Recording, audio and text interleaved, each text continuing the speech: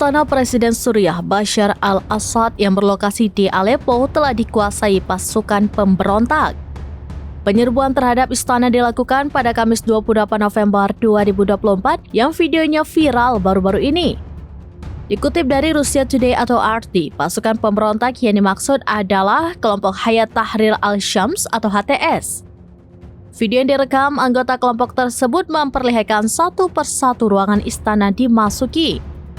Sebenarnya, kota Aleppo berada di bawah kendali penuh pemerintah Suriah sejak 2016. Namun saat penyerbuan, Presiden Suriah Bashar al-Assad sedang tidak ada di istana.